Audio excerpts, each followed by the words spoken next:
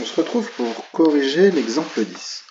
Gabin doit acheter des melons avec le billet que lui a donné sa mère.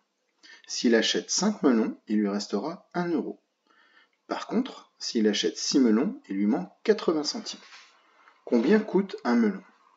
Souvent dans les petits problèmes, l'inconnu, elle est donnée dans la question finale.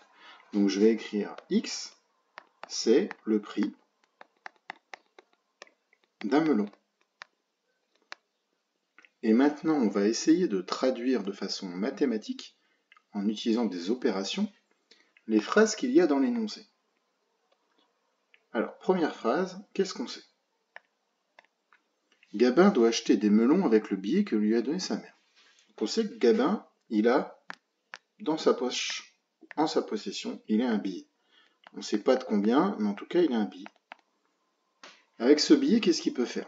Première chose, s'il achète 5 melons, il lui restera 1 euro. Ça veut dire qu'il va avoir 1 euro en trop. Donc avec ce billet, il peut acheter 5 melons, donc 5x. Et comme il lui reste 1 euro, j'écris 5x plus 1. Il aura 1 euro de plus. D'accord? Ça, c'est pour la première partie. Deuxième partie. S'il achète 6 melons, il lui manque 80 centimes. Ça veut dire qu'il n'en a pas assez. Ça veut dire qu'il en a en moins de l'argent. Donc ça veut dire qu'avec ce fameux billet-là, s'il achète 6 melons, il va lui manquer, d'accord? Donc il lui manque, donc on lui a enlevé 80 centimes. J'ai traduit de façon mathématique l'énoncé. Alors qu'est-ce que je repère? Parce que mon but c'est de mettre en équation. Et bien je repère que le billet ici, c'est le même.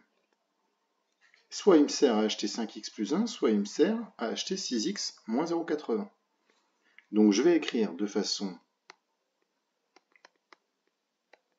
une équation, 5x plus 1 égale billet, et je sais que le billet c'est égal aussi à 6x moins 0,80. Donc en fait là, ce que je peux effacer, c'est le mot billet qui est au milieu. Et je me retrouve avec 5x plus 1 égale 6x moins 0,80. Je réécris proprement. Maintenant, il me reste à résoudre cette équation-là. Pour résoudre cette équation-là, mon but, le but à chaque fois, c'est toujours, je l'ai réécrit là, isoler le x. D'accord? C'est ça qu'il faut faire. Tac. Alors, pour l'isoler, on va choisir de le mettre, par exemple, à gauche ou à droite du signe égal. Je vais choisir de le mettre à droite. Donc, pour le mettre à droite, c'est-à-dire que je vais le mettre ici, je vais enlever ça. Je vais le basculer de l'autre côté. On a vu que ça change de côté, ça inverse l'opération. L'opération inverse de moins 0,80, c'est plus 0,80. Donc ça fait 5x plus 1 plus 0,80 égale 6x. Je peux faire ma petite opération qui est là. 1 plus 0,80, ça fait 1,80. Et je réécris mon 5x que je n'ai pas encore utilisé et le 6x. Bon, j'ai toujours pas isolé mon x. Il est à la fois à gauche ici et à droite. Donc ce que je vais faire, c'est que je vais prendre le 5x qui est ici et je vais le transporter de l'autre côté. D'accord? Le 5x c'est associé ici au plus 5x, c'est la même chose. Donc l'opération inverse d'un plus 5x, c'est un moins 5x. Donc ce que j'obtiens, c'est 1,80 égale 6x moins 5x. Alors quel était l'intérêt? L'intérêt c'était de pouvoir calculer mes petits x ensemble. Et 6x moins 5x, ça fait quoi? Ça fait tout simplement un seul x. Ah ça y est, à la fin de mon équation, j'ai réussi à isoler le x, et en isolant le x, j'ai réussi à avoir sa valeur. Le prix d'un melon est 1,80 €.